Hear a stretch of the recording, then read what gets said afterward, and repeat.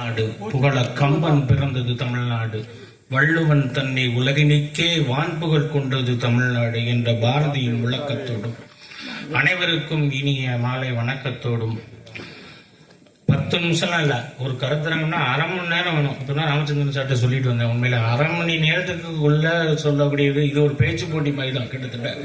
அப்படிதான் இருக்கு, ஓடிக்கிட்டே இருக்க வேண்டியிருக்கு.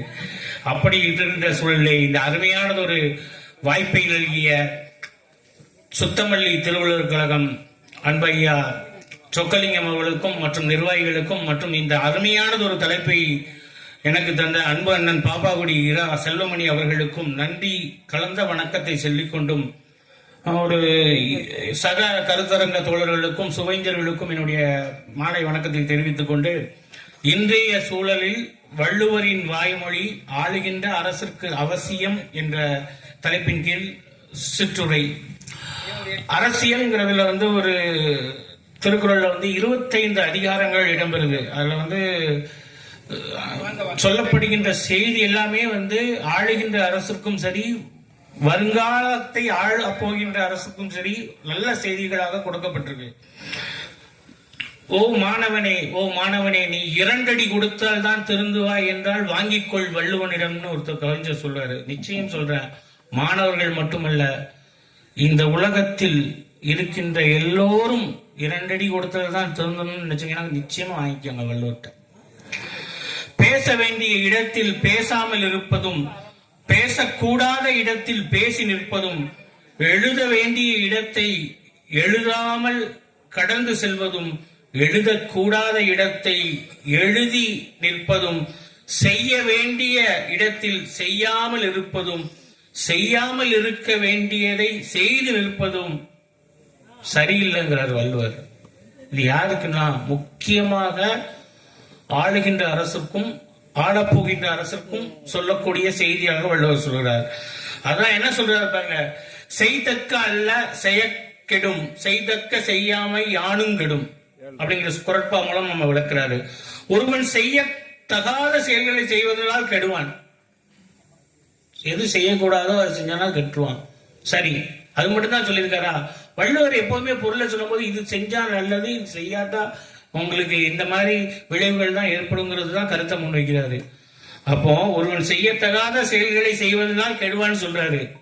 சரி, செய்யத்தக்க செயல்களை செய்யாமல் விட்டாலும் அதுவும் கெடுதான் முடியும் அப்படின்ற வள்ளுவர் சொல்றாரு.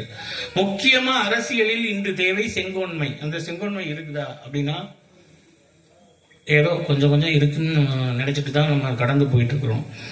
நாடு வாழவும் வீடு வாழவும் அது சிறப்பாக நிற்கவும் அது சிறந்தே நிற்கவும் தலைவனின் ஆட்சி திறன் நற்பண்பும் அவசியத்தில் அவசியமே. அந்த நற்பண்புங்கிறது ரொம்ப முக்கியம்.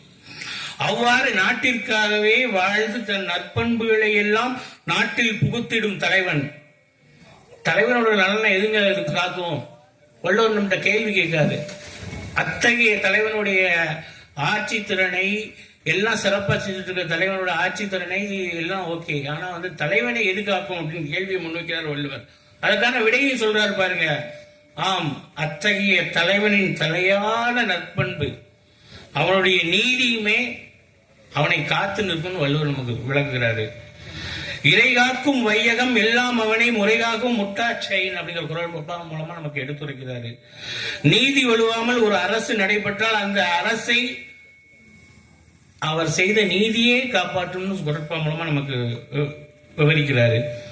இது தவறு, அது தவறு, இதை செய், அதை செய், கண்டிப்பு கடமை என்பதோடு ஆட்சியை செய்யும் தலைவனுக்கு எடுத்துரைக்கும் இல்லை இடித்து உரைக்கும். பெரியோரின் துணை என்பது யாருக்கு பேருதவியா இருக்குமா? அரசியல் தலைவர்களுக்கு பேருதவியா இருக்குமா? மாறாக பெரியோரின் துணையே இல்லாம போனா எப்படி இருக்கும் அப்படின்னா, அத்தகைய தலைவனாய் இல்லாமல் கூட போகலான்னு வள்ளுவர் நமக்கு சொல்றாரு. அதுதான் எனக்கு ஒரு கவிதை நினைவுக்கு வருகிறது. விமர்சனங்களை முதலில் ஏற்றுக்கொள்ளுங்கள், பிறகு அதை ஏற்றிக் கொள்ளுங்கள் கவிதை தான் நினைவுக்கு வருது. இடிப்பாறை இல்லாத ஏவரா மன்னன் கெடுப்பாரிலும் கெடும் அப்படிங்கிற குழப்பம் மூலமா நமக்கு சொல்றாரு. குறையை உணர்த்துவோர் அதாவது எப்போதுமே நம்ம ஒரு நிகழ்ச்சியிலே இல்லை இருக்கனா பாராட்டுறதுக்கு 4 பேர் 5 பேர் வருவாங்க. நீங்க இந்த இடத்துல செஞ்சது தவறுன்னு சொல்லி சுட்டி காட்டி இதை செய்யணும்னு சொல்றாங்க பாத்தீங்களா, அவங்க ரொம்ப மிக குறைவு. அப்படி இல்லாமல் போய்கொண்டிருந்தால் நம்ம செய்யறதெல்லாம் சரின்னு போயிட்டு இருப்போம். இது ஆட்சியாளர்களுக்கு நிச்சயம் பொருந்தும். அதுதான் அவர் பெரியோரை துணைக்கு வச்சுக்கணும் அப்படிங்கிற அதிகாரம் மூலமா நமக்கு எடுத்துரைக்கிறாரு. மக்களின் மனங்களை வென்று மக்களுக்கே வாழும் தலைவர்கள், மக்களின் மனங்களை வென்று மக்களுக்கே வாழும் தலைவர்கள் என்னவும் செய்யலாம், எதையும் செய்யலாம் என்று செய்தால் அவர்கள் சிறந்த தலைவர்களாக இருக்க முடியுமா என்றால் கேள்விக்குறிதான். மக்களால் தேர்ந்தெடுக்கப்படுறீங்க, மக்களோட ஆசீர்வாதத்தோட தேர்ந்தெடுக்கப்படுறீங்க. ஆனா எதையும் செய்யலாமா, என்னத்தையும் செய்யலாமா, மக்கள் தான் நம்ம தேர்ந்தெடுத்தாங்கன்னு நினைச்சா நிச்சயம் அது வெற்றி அவருடைய தலைவன் என்கின்ற கோட்பாட்டை விட்டு தாண்டி செல்கிறது அர்த்தம். நிச்சயம் அடுத்த முறை அந்த தலைவருக்கு வாய்ப்பு கிடைக்கிறது. இதற்கும் வள்ளுவர் சொல்கிறார், மக்களுக்காக சொன்னதையெல்லாம் மட்டும் இல்ல, சொல்லாததையும் செய்யணுங்கிறாரு. அப்படி சிறப்பாக செய்து முடிப்பவனே நல்ல தலைவர்ங்கிறாரு. அப்படிப்பட்ட தலைவனை மக்கள் விடுவதில்லை, விட்டு வைப்பதும் இல்லை, கொண்டாடியே மகிழ்வார்கள். இதுதான் ஒரு குரட்பா மூலமா நமக்கு அழகா வெளிப்படுத்துறாரு.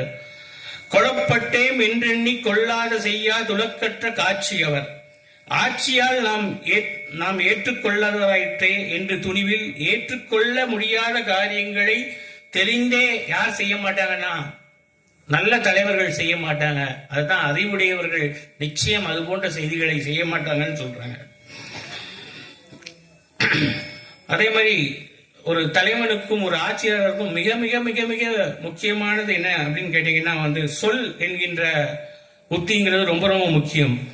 இந்த உலகில் இந்த நாட்டில் இந்த மாநிலத்தில் இந்த மாவட்டத்தில் இந்த ஊரில் இந்த கிராமத்தில் சொல்லுகின்ற ஒரு சொல் போதும். அது உங்களை வெல்லவும் வைக்கும், அது உங்களை தள்ளவும் வைக்கும். யோசிச்சுக்கோங்க, அந்த என்ன சொல்லு நீங்க பாத்துக்கோங்க. அதனாலே வெல்லும் சொல்லோ உங்களை தள்ளும் சொல்லோ இரண்டுமே யார்கிட்ட இருக்குன்னா உங்க கையில் தான் இருக்கு. அதுதான் வள்ளுவர் சொல்றாரு, சொல்லுதல் யாருக்கும் எளிய அறியவாம், சொல்லிய வண்ணம் செயல். சொன்னதை செஞ்சு முடிக்கணும். சொல்லிட்டு போகலாம், எவ்வளவோ சொல்லிட்டு போகலாம். இது யாருக்கு முக்கியமாக பொருந்தும் என்றால் இன்றைய சூழலில் நம்மளுடைய அரசியலுக்கும் அரசியல்வாதிகளுக்கும் ரொம்ப பொருந்தும். சொல்றதை செய்யணும், சொல்லாததையும் கூட செய்யலாம், ஆனா சொல்றதை கண்டிப்பா செஞ்சு முடிச்சிருங்க. இதுதான் வள்ளுவர் சொல்றாரு. அதே மாதிரி இன்னொரு குறள் இருக்கு, ஒரு 6 வேணுங்க அரசியல்வாதிகளுக்கு, ஒரு 6 வேணும். என்னங்க அது 6? படை குடி கூழ் அமைச்சு நட்பு அரண் 6 உடையான் அரசருள் ஏறு. அந்த தலைவர்களே சிங்கம் போன்றவன் யாருன்னா ஆற்றல் மிகுந்த படை, அறிவார்ந்த குடிமக்கள், குறையா வளம், குறையற்ற அமைச்சு, முறிபடாத நட்பு, மோதி அழிக்க முடியாத அரண் ஆகிய 6 சிறப்புகளும் இருந்தா தலைவர்ல சிங்கம்யா அப்படின்னு சொல்லிடலாம். அப்படி இந்த 6 வேண்டும். அது சரி, ஒரு தலைவனுக்கு 4 ரொம்ப முக்கியங்களா? அது என்னங்க 4? அஞ்சாமை, ஈகை, அறிவு ஊக்கம் இந்நான்கும் எஞ்சாமை வேந்தற்கு இயல்பு அப்படிங்கிறாங்க. துணிவு கொண்ட மனம் வேண்டும், இரக்க சிந்தனை வேண்டும், அறிவாற்றல் வேண்டும், உயர்ந்த குறிக்கோள் வேண்டும், எட்டும் முயற்சி. 4 பண்புகளும் ஒரு அரசுக்குரிய தகுதியும் வள்ளுவர். நான் சொல்ல, வள்ளுவர் தான் சொல்றாரு. இதெல்லாம் தாண்டி ஒரே ஒரு 2 குறள்களை மட்டும் சொல்லிக்கொண்டு என்னுடைய சிற்றுரையை நிறைவு செய்து கொள்கிறேன். ஒரு அரசு எப்படி செயல்பட வேண்டும் என்பதற்கு இந்த 2 குறள்கள் மட்டுமே போதும். இறைமாட்சிங்கிற அதிகாரத்துல இந்த 2 குறள்கள் போதும். ஒரு அரசு எப்படி இருக்கணும், எப்படி செயல்படணும், எப்படி இருந்தா வெற்றி பெறுங்கிறது இந்த 2 குறள்கள் போதும். இயற்றலும் ஈட்டலும் காத்தலும் காத்த வகுத்தலும் வல்லது அரசு. முறையாக நிதி ஆதாரங்களை வகுத்து அரசாங்க கருவூலத்திற்கான வருவாயை பெருக்கி அதை பாதுகாத்து திட்டமிட்டு செலவிட்டு மக்களுக்கு கொண்டு சேர்க்கும் நல்லாட்சி வேணுங்கிற வள்ளுவர். அதெல்லாம் தாண்டி இன்னொரு குறள் சொல்றாரு பாருங்க, முறை செய்து காப்பாற்றும் மன்னவன் மக்களுக்கு இறையென்று வைக்கப்படும். இந்த ஒரு குறள் போதும். இந்த அரசுக்கும் இந்த அரசியலுக்கும் ஆளுகின்ற அரசுக்கும் சரி ஆளப்போகின்ற அரசுக்கும் சரி இந்த ஒரே குரல் போதும் முறை செய்து காப்பாற்றும் மன்னவன் மக்களுக்கு இறை என்று வைக்கப்படுவான். நிச்சயம் வள்ளுவர் மொழி யாருக்கு அவசியமோ இல்லையோ இன்றைய சூழலில் அரசியல் உலகிற்கு அவசியமே என்று சொல்லி வாய்ப்பளித்ததற்கு நன்றி கூறி விடைபெற்று செல்கிறேன். நன்றி, வணக்கம். அருமை அருமை.